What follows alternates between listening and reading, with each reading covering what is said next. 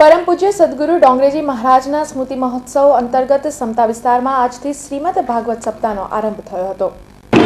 Shri नेमेश्वर charitable trust तथा राधे सत्संग सेवा समितिना उपक्रमे सद्गुरु डोंगरेजी महाराजना स्मृति महोत्सवનું आयोजन कराયું છે, જેના ભાગરૂપે ડોંગરેજી મહારાજના શિષ્ય સદ્ધેય શ્રી દીપકભાઈ શાસ્ત્રીજીના કંઠે શ્રીમદ ભાગવત કથા યોજાઈ છે। આજે કથાના પ્રારંભ પૂર્વે સમતા બાલાજી નગર ખાતેથી એક ભવ્ય પોથી યાત્રા નીકળી હતી, જેમાં કાઉન્સિલર રાજેશ આયરે, યુવરાજસિંહ ઝાલા સહિત અગ્રણી અને શ્રદ્ધાળુઓ જોડાયા હતા।